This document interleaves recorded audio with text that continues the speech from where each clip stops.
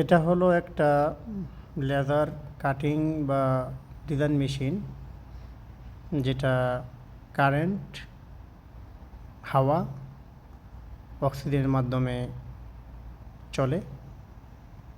এটা দিয়ে বিভিন্ন স্টিল, লোহা জাতীয় এগুলাকে বিভিন্ন আকার রূপে ধারণ করা হয়, বিভিন্ন ডিজাইন করা হয়, কাটিং করা হয়। এই যে নিচে দেখতে পাচ্ছেন।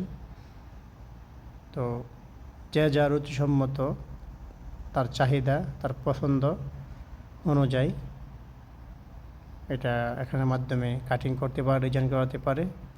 এটা অবশ্যই পরিচালনা করা বা চালানো তেমন কঠিন না, যদি আপনার সামান্য গ্রাফিক্স সম্পর্কে একটু ধারণা থাকে।